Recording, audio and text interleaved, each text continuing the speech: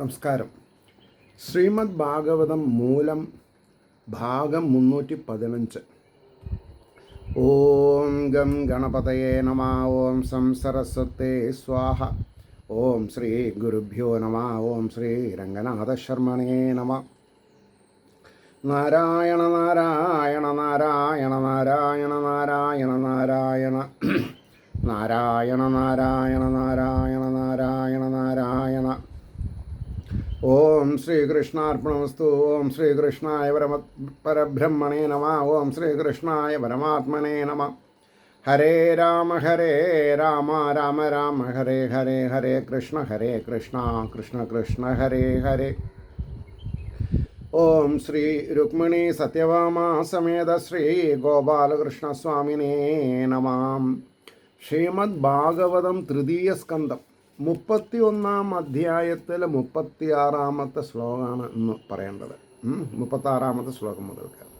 പ്രജാപതി സ്വാം ദുഹിതരം ദൃഷ്ട്വാ തദ്രൂപദർശിതാ രോഹിത്ഭൂതാം സ അന്വധാവത് രക്ഷരൂപീ ഹതത്രപാം. ഇതാണ് ശ്ലോകം.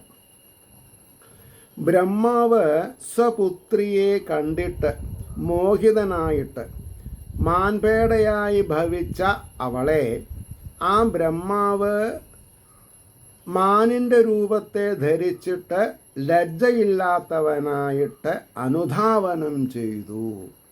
ഇപ്പോൾ ഇന്നത്തെ ശ്രീകൃഷ്ണ കഥാമൃതത്തിൽ ഞാൻ പറയുണ്ടായി, അതായത് ശ്രീകൃഷ്ണ കഥാമൃതം ഇന്ന് ബുധനാഴ്ച വൈകുന്നേരം ഏറി ഞാൻ ഇപ്പോൾ ഒരു അരമണിക്കൂർ മുമ്പ് പറഞ്ഞു. ഇപ്പോൾ അതായത് വൈകുന്നേരം ഒരു 5 മണിയോട് കൂടിയിട്ടാണ് ഞാൻ ഇത് പറഞ്ഞത്. പക്ഷേ ഇത് ഞാൻ നാളെ കാലത്താണ് ഏറിയ. അപ്പോൾ തലേ ദിവസത്തെ പറയാം.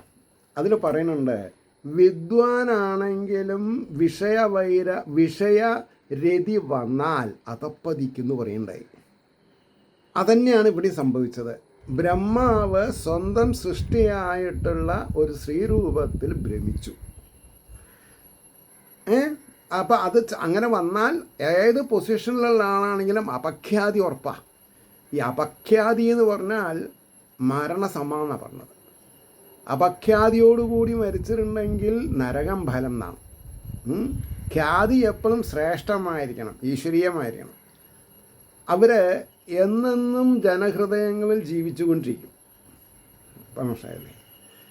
അപ്പോൾ ഒന്നും വേണ്ട, മലയാള ഭാഷയുടെ പിതാവ് എന്ന് സർവകാലം പറയപ്പെട്ടിട്ടുള്ള തുഞ്ചത്തെഴുത്തച്ഛൻ്റെ അധ്യാത്മരാമായണം,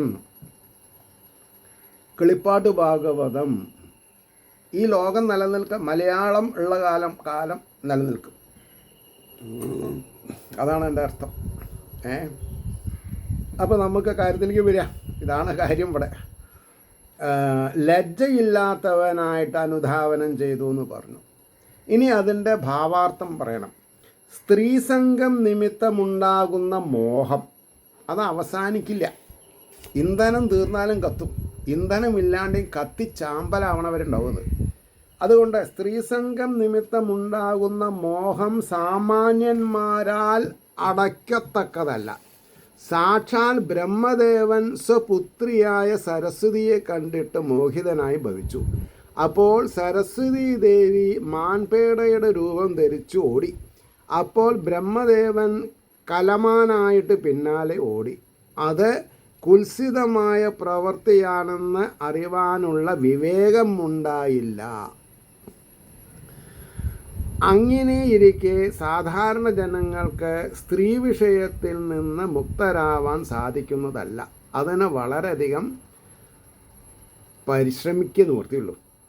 അതുകൊണ്ട് അവരുടെ സംസർഗത്തെ ഒഴിവാക്കുക തന്നെ വേണം. അതാണ് പറഞ്ഞതിൻ്റെ താല്പര്യം. അടുത്ത ശ്ലോകം 37.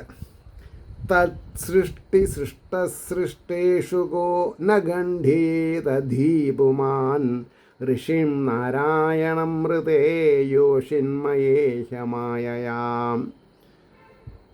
ബ്രഹ്മസൃഷ്ടികളാൽ സൃഷ്ടിക്കപ്പെട്ടവരിൽ നാരായണ ഋഷിയെ കൂടാതെ ഏതൊരു പുരുഷൻ ഈ ലോകത്തിൽ സ്ത്രീരൂപമായ മായയാൽ ഖണ്ഡിക്കപ്പെടാത്ത ബുദ്ധിയോടുകൂടിയവനായിട്ടുണ്ട്. ആരുമില്ല എന്നാണ് പറഞ്ഞത്. എല്ലാവർക്കും അമ്മിളി പറ്റിയിട്ടുണ്ട്. അമ്മിളി പറ്റാണ്ട് നടത്തണമെന്നാണ് പറഞ്ഞത്. നാരായണ ഋഷി, ആ കഥ എങ്ങനെയാണ്? നരനാരായണന്മാർ തപസ് ചെയ്യുമ്പോൾ തൻ്റെ സ്ഥാനം നഷ്ടപ്പെടുമോ എന്ന വിഭ്രാന്തിയോടുകൂടി സാക്ഷാൽ എന്താണ് പറയുക, ഇന്ദ്രൻ, ദേവേന്ദ്രൻ രംഭാ തിലോത്തമ എന്ന തൻ്റെ ആസ്ഥാന നർത്തകിമാരോട് പറയാണ്, കാമദേവനോടുകൂടി നിങ്ങൾ പോയിട്ട് ഇവരുടെ തപസ് ഇളക്കൂ എന്ന് പറയാണ്. അവരങ്ങനെ രംഭൻ തിലോത്തമയും കാമദേവനും വന്ന് അവരുടെ മാക്സിമം ശരീര പുഷ്ടി കാണിച്ച് നൃത്തമൊക്കെ ആടി. ഇവർക്കൊരു അനക്കം ഉണ്ടായില്ല. മാത്രമല്ല, നാരായണൻ നരനോട് ചോദിക്കുകയാണ്, നാരായണ ഋഷി നര ഋഷിയോട് ചോദിക്കുകയാണ്, ഇവരെ നമുക്കൊരു പാഠം പഠിപ്പിക്കേണ്ടതെന്ന്. അപ്പോൾ ഈ രംഭാ തിലോത്തമയേക്കാൾ പുഷ്ടിയുള്ള ഒരു സ്ത്രീനെ തൻ്റെ തൊടയിൽ അടിച്ച് തൊട കീറി സൃഷ്ടിച്ച് കൊടുത്തു എന്നാണ്. അതാണ് ഉർവശി. അപ്പോൾ അന്ന് മുതൽക്ക് ഉർവശിയായി രംഭാ തിലോത്തമയുടെ സീനിയർ ടീച്ചർ, ട്യൂട്ടർ എന്നൊക്കെ പറയാം. പറഞ്ഞ മനസ്സിലായോ? അതാണ്. അപ്പോൾ നാരായണ ഋഷി മാത്രമാകുന്നു എന്നാണ് പറഞ്ഞത്. അപ്പോൾ നരനിൽ നാരായണനുണ്ട് എന്ന് നമ്മൾ മനസ്സിലാക്കി കഴിഞ്ഞാൽ നമ്മൾക്കും ജയിക്കാവുന്നതേ ഉള്ളൂ. പക്ഷേ വളരെയധികം ആവേശത്തോടുകൂടി തൻ്റെ ഉള്ളിലുള്ള ചൈതന്യത്തിൽ തനിക്ക് സ്വയം ലയിക്കാൻ ഒരു ചാൻസ് കിട്ടിയിട്ട് അത് അന്യതാകരിക്കരുത്. അതാണ് പറഞ്ഞു വരേണ്ട താല്പര്യം. 38ാമത്തെ ശ്ലോകം. ബലം മേ പശ്യമായ സ്ത്രീമയ്യാ ജയിനോ ദിശാം യാ കരോതി പാദാക്രാന്താൻ ബ്രൂവിദൃംഭേണ കേവലം. സ്ത്രീരൂപമായിരിക്കുന്ന എൻ്റെ മായയുടെ, അപ്പോൾ ഭഗവാന്റെ മായ എന്ന് പറഞ്ഞാൽ അത് സ്ത്രീകളാണ്. അവരെ ബഹുമാനിച്ചോളൂ. എന്നിട്ട് എന്ത് ചെയ്യണം? ഒരു കയ്യെ അകലം പ്രാപിച്ച് നിൽക്കണം. കയ്യിനേക്കാൾ മനസ്സ് അടക്കണം. മനസ്സ് ഭഗവാന്റെ തിരുപാദപത്മത്തിൽ അടക്കിയാൽ മതി, എന്നാൽ കുഴപ്പമില്ല. അതുകൊണ്ടാണ് പറഞ്ഞത്, എൻ്റെ മായയുടെ ശക്തിയെ കണ്ടാലും യാതൊരുവൾ ദിക്കുകളെ ജയിച്ചവരെ പുരികങ്ങളുടെ ഇളക്കം കൊണ്ട് തന്നെ കീഴടക്കുന്നു എന്നാണ്. ഇനി അതിൻ്റെ ഭാവാർത്ഥം പറയണു. സ്ത്രീ സ്വരൂപത്തിൽ കാണപ്പെടുന്ന എൻ്റെ മായയുടെ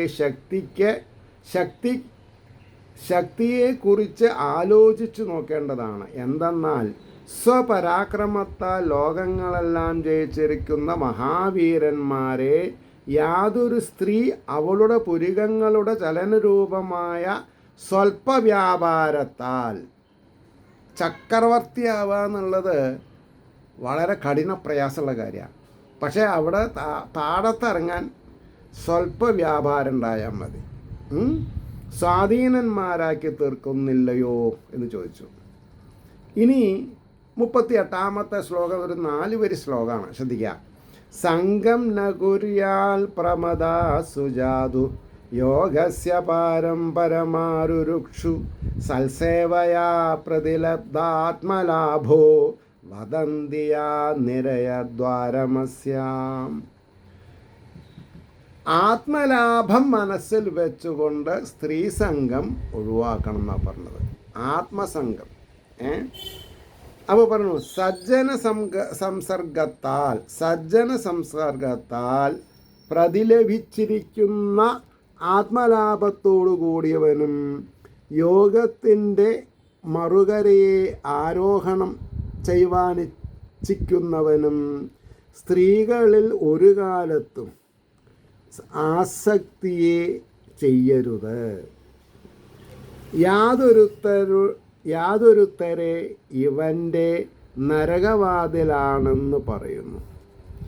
നേരെ ചൊവ്വെ നടക്കാൻ ഉദ്ദേശിക്കുന്ന ഒരാളുടെ മുന്നിൽ ഒരു സ്ത്രീ പ്രത്യക്ഷപ്പെട്ടാൽ ആ സ്ത്രീ സംബന്ധമായ ദിവസങ്ങൾ അല്ലെങ്കിൽ സമയം നമ്മളെ നരകത്തിലേക്ക് നയിക്കും എന്ന് പറഞ്ഞ് അമ്മേ മഹാമായേ ജഗദംബികെ രാജരാജേശ്വരി, എന്നിൽ കനിഞ്ഞ് അങ്ങയുടെ നിയാമകനും നിയന്ത്രിതാവുമായിരിക്കുന്ന ശ്രീഹരിയിൽ എനിക്ക് ഭക്തി ജനിക്കണേ എന്ന് പ്രാർത്ഥിക്കണം.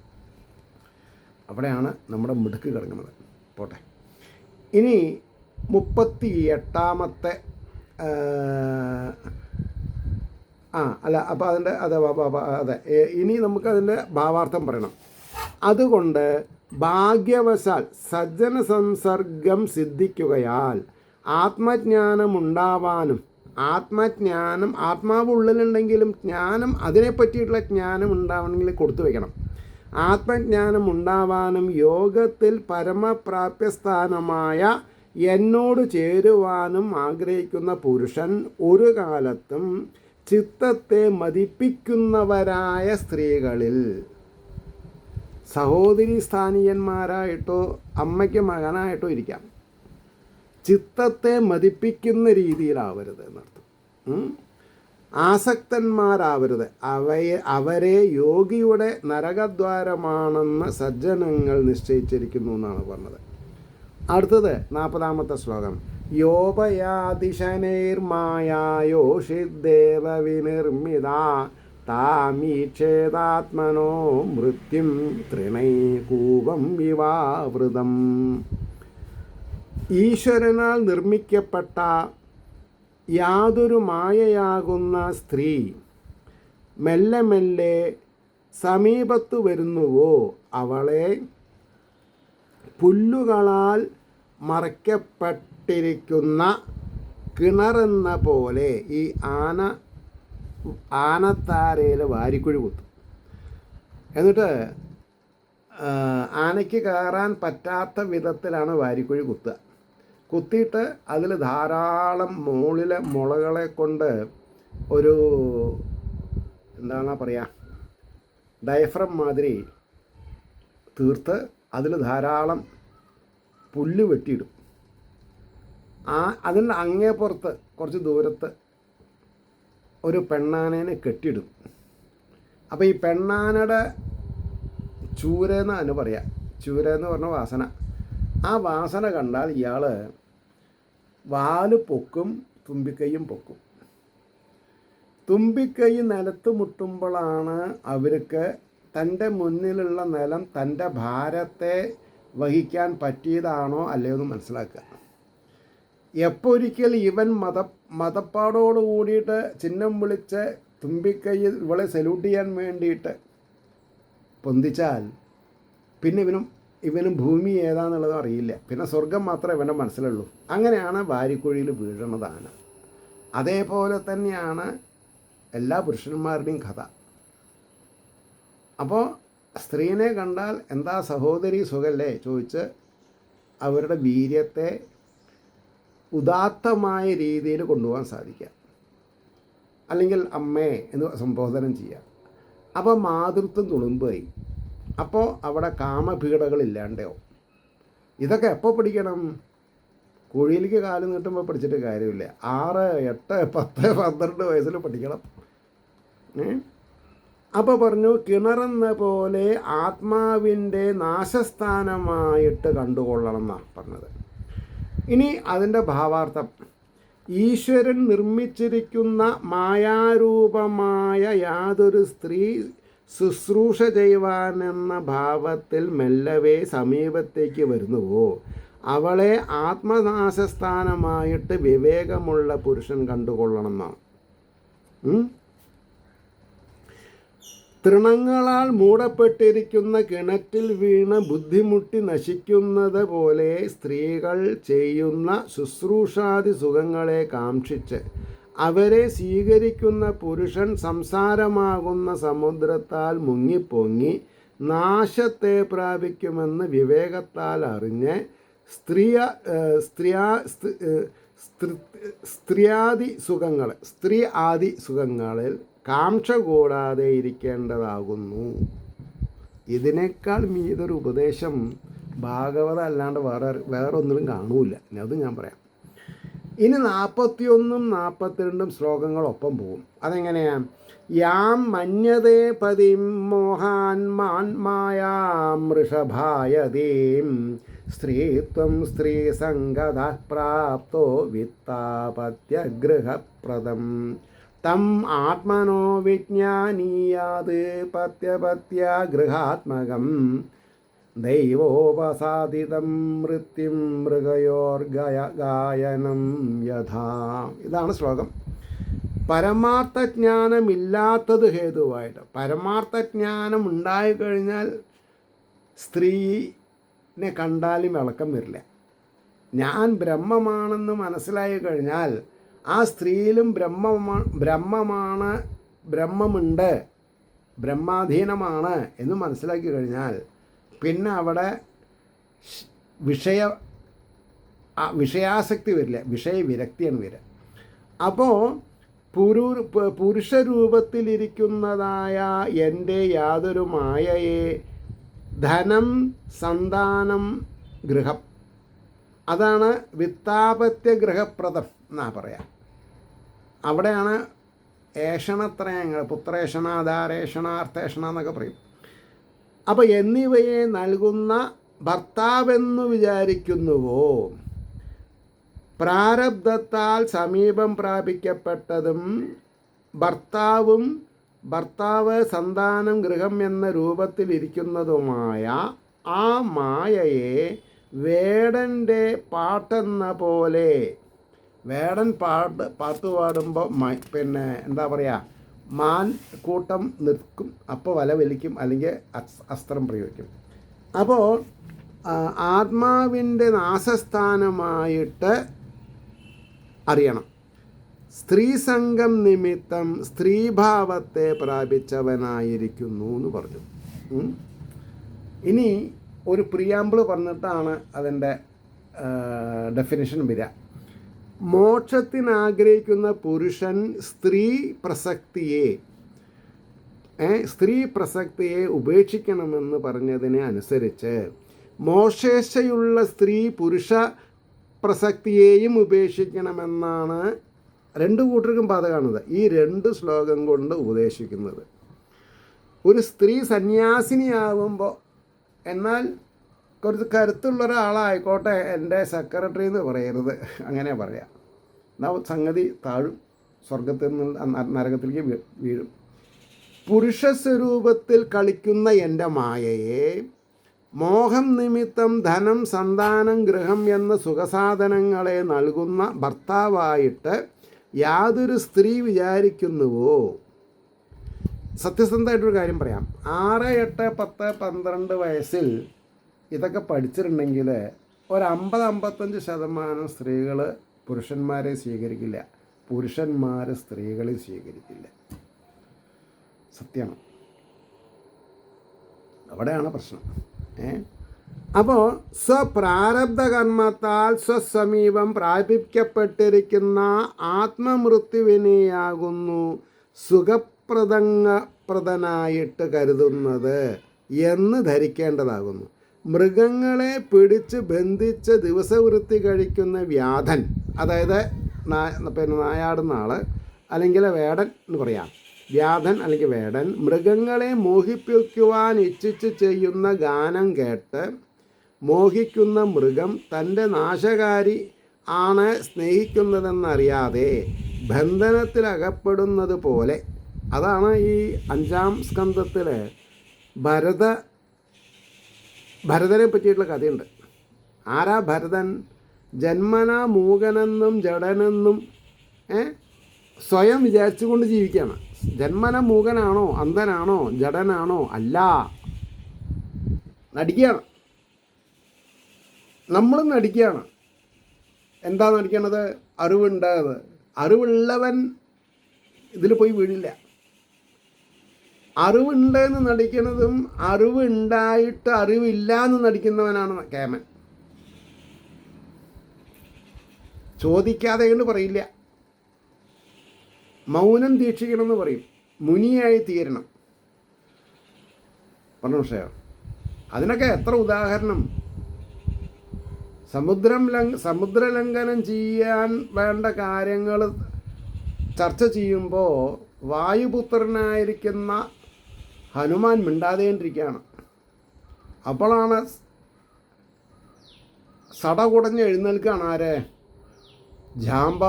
ജാമ്പവാൻ. എന്താ അഞ്ജനേയപുത്രൻ മൗനം ദീക്ഷിച്ചിരിക്കണമെന്നാണ് ചോദിച്ചത്. നീ ആരാണെന്നോ നിൻ്റെ ഉള്ളിൽ ഉറഞ്ഞിരിക്കുന്ന ശക്തിവിശേഷത്തെ വേറൊരാൾ പ്രകീർത്തിച്ചാൽ മാത്രമേ നിനക്ക് ഓർമ്മ വരുള്ളൂ എന്നുള്ളൊരു വരം അല്ലെങ്കിൽ ഒരു ശാപം നിനക്കുണ്ട്. അതിപ്പോൾ പുറത്തേക്ക് എടുക്കേണ്ട സമയമായി. അതുകൊണ്ട് ഞാൻ പറയണു, നീ ആരാണ്?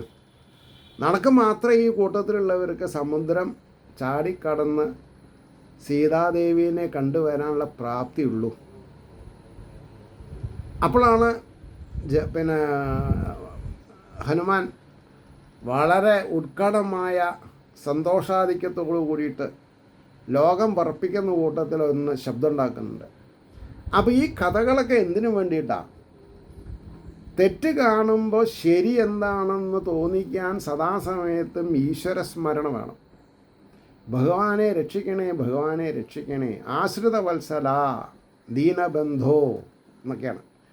അപ്പോൾ ഇവിടെ പറയണു, ഈ സ്ത്രീയും തന്നെ സംസാരസാഗരത്തിൽ നിന്ന് കരകയറുന്നതിൽ വിരോധിയായിരിക്കുന്ന പുരുഷനെ ആത്മകാന്തനായി കരുതരുത്.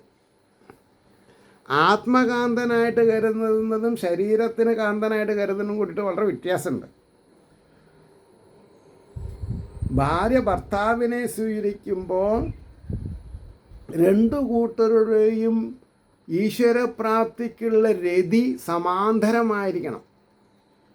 ആണിനും പെണ്ണിനും സമാന്തരമായിട്ടുള്ള തിങ്കിങ് ഉണ്ടാവണം. എന്തിന്? ഈശ്വരപ്രാപ്തിക്ക്. അപ്പോൾ അവർ രണ്ടാളും കയറിപ്പോവും, നന്നാവും. അല്ലാണ്ട് ഒരാൾക്ക് ഈശ്വരപ്രാപ്തി വേണം, ഒരാൾക്ക് ലൗകിക പ്രാപ്തിയെ വേണം എന്ന് പറഞ്ഞാൽ നട്ടം തിരിയും. അത് സ്ത്രീ ആണെങ്കിലും ശരി, പുരുഷനാണെങ്കിലും ശരി. അപ്പോൾ ഇവിടെ പറയുന്നു, മോഹത്തിൻ്റെ മഹിമയാകുന്നു. ആത്മാകാന്തനായി കരുതുന്നത് മോഹത്തിൻ്റെ മഹിമയാകുന്നു. പുരുഷൻ സ്ത്രീകാമുകനായിട്ട് ജീവിതത്തെ കഴിച്ചതിൻ്റെ ഫലമായിട്ട് സ്ത്രീരൂപം ധരിച്ചു വന്നതാണ് ഈ ജന്മം. അതായത് പുരുഷൻ സ്ത്രീ കാമുകനായിട്ട് ജീവിതത്തെ കഴിച്ചതിൻ്റെ ഫലമായിട്ട് സ്ത്രീരൂപം ധരിച്ചു വന്നതാണ് ഈ ജന്മം. ഇപ്പോൾ ഒരു സ്ത്രീ പുരുഷ പ്രസക്തിയോടുകൂടെ ജീവിതകാലത്തെ കഴിക്കുന്നതിൻ്റെ ഫലമായിട്ട് അടുത്ത ജന്മത്തിൽ പുരുഷദേഹത്തെയും ധരിക്കേണ്ടതായി വരും. എന്ന് പറഞ്ഞാൽ സ്ത്രീയും പുരുഷനും ശരീരം മാത്രമേ വ്യത്യാസമുള്ളൂ, ആത്മാവിന് വ്യത്യാസമില്ല. അപ്പോൾ ഈ വിധം സംസാരോപരതിക്ക് അവകാശം, സംസാര ഉപരതിക്ക് അവകാശം സിദ്ധിക്കാതെ പുനരപി ജനനം പുനരപി മരണം പുനരപി ജനനീ ജഠരേശയനം അമ്മയുടെ ഗർഭവാസത്തെ സ്വീകരിക്കേണ്ടതായിട്ട് വരുന്ന കർമ്മം എന്നർത്ഥം. അവിടെയാണ് തെറ്റ് വരുന്നത്. അപ്പോൾ ഈശ്വരപ്രാപ്തന ഇല്ലാതിരിക്കുന്ന അവസ്ഥയാണത്. ഈശ്വരനെ അമ്പലത്തിൽ പോകുന്നവരൊക്കെ ഈശ്വരനെ പ്രാപിക്കാനല്ലല്ലോ ഉദ്ദേശം. ലൗകിക സുഖങ്ങൾ തേടിയിട്ടല്ലേ പോണത്. അതാണ് തെറ്റ്. ആത്മീയ നിർവൃതി ഉണ്ടാവണമെങ്കിൽ അമ്പലത്തിൽ പോയിക്കൊള്ളണമെന്നില്ല. പോകാണ്ടിരിക്കേണ്ട, പോകാം. തൻ്റെ ആത്മാവിൻ്റെ പ്രതിച്ഛായയാണ് ബിംബത്തിൽ കാണേണ്ടത്. ആത്മാവാണത്, എൻ്റെ ആത്മാവാണത്. എനിക്ക് അസാധ്യമായിട്ടൊന്നുമില്ല, സാധ്യമായിട്ട് ഉള്ളതിനേക്കാൾ അസാധ്യമായിട്ടൊന്നുമില്ല എന്ന് മനസ്സിലാക്കിയാൽ മതി, എന്നാൽ രക്ഷപ്പെടാം. അപ്പോൾ പറഞ്ഞു, ഈ വിധം സംസാര ഉപരതിക്ക് അവകാശം സിദ്ധിക്കാതെ പുനരപി ജനനം പുനരപി മരണം പുനരപി ജനനീ ജഠരേശയനം എന്ന രീതിയിൽ ദുഃഖത്തിനു തന്നെ കാരണമാകുന്നതിനാൽ പുരുഷനിലുണ്ടാകുന്ന സ്നേഹരൂപമായ പാശത്തെ സ്ത്രീയും വിവേകമാകുന്ന ഖഡ്ഗത്താൽ അറുത്ത് കളയേണ്ടതാകുന്നു എന്നാണ് പറഞ്ഞത്. അടുത്ത ശ്ലോകം കൂടി പറഞ്ഞിട്ട് നിർത്താം. 43-ാമത്തെ ശ്ലോകം. ദേഹേന ജീവഭൂതേന ലോകാലോകമനുവ്രജൻ ഭുഞ്ജാനയേവ കർമാണി കരോത്യവിരതം പുമാൻ. ജീവോപാധിയായ ശരീരത്തോടുകൂടെ ജീവനുള്ള ഉപാധി ശരീരം ഉണ്ടെങ്കിലേ പറ്റുള്ളൂ. പുരുഷൻ അല്ലെങ്കിൽ ജീവൻ ഒരു ലോകത്തിൽ നിന്ന് മറ്റൊരു ലോകത്തെ പ്രാപിക്കുന്നവനും അനുഭവിക്കുന്നവനുമായിട്ട് നിരന്തരം കർമ്മങ്ങളെ ചെയ്യുന്നു നിശ്ചയം. മണിയടിച്ചു. ഇവിടെ വരുമ്പോൾ എന്തിനാണ് മണി അടിക്കുന്നത്? കുറച്ച് അങ്ങോട്ടും ഇങ്ങോട്ടും മാറിയിട്ട് പോരെ. സത്യമേവ ജയതേ, സത്യം ജയിക്കുന്ന. അപ്പം നമ്മൾ ഇനി ഒരു ജനനീ ജഠരേ ശയനത്തിന് ഉതകാത്ത രീതിയിൽ കർമ്മം ചെയ്യണം. അതെങ്ങനെയാണ്? ഭജ ഗോവിന്ദം ഭജ ഗോവിന്ദം ഭജ ഗോവിന്ദം ഗോവിന്ദനെ ഭജിക്കുക. സദാ സേവ്യ. ഊണിലും ഉറക്കത്തിലും. കക്കൂസ് പോയിരിക്കുകയാണെങ്കിലും ശരി, കുളിക്കുകയാണെങ്കിലും ശരി, സ്ത്രീ ഭാര്യയുടെ ഒപ്പം കിടക്കുകയാണെങ്കിലും ശരി, ഗോവിന്ദം ഭജേ, ഗോവിന്ദനെ ഭജിക്കണം. വേറെ ഒരു നിവൃത്തിയില്ല. അപ്പോൾ പറഞ്ഞു, അതിൻ്റെ ഭാവാർത്ഥം പറയണം നമുക്ക്. ഈ സ്ഥൂലദേഹത്തിൻ്റെ നാശത്തിൽ ജീവൻ്റെ ഉപാധിയായിരിക്കുന്ന ലിംഗശരീരം നശിക്കുന്നില്ല. ലിംഗശരീരം നശിക്കണില്ല. അത് വർത്തമാന മണ്ഡലത്തിൽ അല്ലെങ്കിൽ അന്തരീക്ഷത്തിൽ കടന്ന് തിരിയും. പിന്നെ അതിൻ്റെ ഗതിവിഗതികൾ അനുഭവിക്കാൻ വേണ്ടിയിട്ടുള്ള തന്ത്രപ്പാടാവും. ആത്മജ്ഞാനം കൊണ്ട് മാത്രമേ അത് നശിക്കുകയുള്ളൂ. ആത്മജ്ഞാനം കൂടിയാൽ ലിംഗശരീരം നശിച്ചു. അപ്പോൾ പറയണു, സുഹൃത ദുഷ്കൃതങ്ങളുടെ ഫലഭൂതങ്ങളായ സുഖദുഃഖങ്ങളെ അനുഭവിക്കുവാനായി ജീവൻ തൻ്റെ ഉപാധിയായി ലിംഗദേഹത്തോടുകൂടെ ഈ ലോകത്തിൽ നിന്ന് പരലോകത്തെയും അവിടെ നിന്ന് താഴത്തേക്ക് വരുവാനുള്ള സമയമെത്തുമ്പോൾ അന്യശരീരത്തെയും അംഗീകരിക്കുകയും ആ ശരീരത്തോടുകൂടെ പിന്നെയും ഇതേമാതിരി ഗമനാഗമനങ്ങൾക്ക് കാരണമായിരിക്കുന്ന പോയി വരാനുള്ള ശുഷ്കാദിയോടുകൂടി കർമ്മങ്ങളെ തന്നെ ആവർത്തിക്കുകയും ചെയ്യുന്നു. ഇത് തന്നെ ജീവൻ്റെ ബന്ധനാവസ്ഥ. അപ്പം നിവൃത്തി മാർഗത്തിലേക്ക് പോവാത്തോടത്തോളം കാലം ഈശ്വര ഭജനം അറ്റ് ഇറ്റ്സ് പീക്ക് ആക്സെപ്റ്റ് ചെയ്യാത്ത കാലം ഈ ജീവിത സന്ധാരണത്തിൽ നിന്ന് നമ്മൾക്ക് വിടുതല ഇല്ല എന്ന മഹാശയം നമ്മൾ മനസ്സിലാക്കുക. എന്നിട്ട് ഗോവിന്ദനെ ഭജിക്കണം. എനിക്ക് ധർമാർത്ഥ കാമ മോക്ഷം മതി, മുൻമോക്ഷത്വം മതി, ഭക്തി മതി, ഭക്തിജ്ഞാന വൈരാഗ്യം വേണമെന്ന് വാശി പിടിച്ച് പ്രവർത്തിക്കുന്ന വേണം. അങ്ങനെയിരിക്കുന്ന ശ്രീഹരിയുടെ അനുഗ്രഹാശിസുകൾ നിങ്ങൾക്ക് എല്ലാവർക്കും, എനിക്കും സദാസമയത്തും ഉണ്ടായിത്തീരണേ എന്ന് പ്രാർത്ഥിക്കുന്നതിനോടൊപ്പം ലോകാ സമസ്ത സുഖിനോ ഭവന്തു ആയിരിക്കട്ടെ നമ്മുടെ പ്രാർത്ഥന എന്നുകൂടി സ്മരിച്ചുകൊണ്ട് വാക്കുകൾ ഉപസംഹരിക്കുന്നു. നമസ്കാരം. നാളെ കാണാം.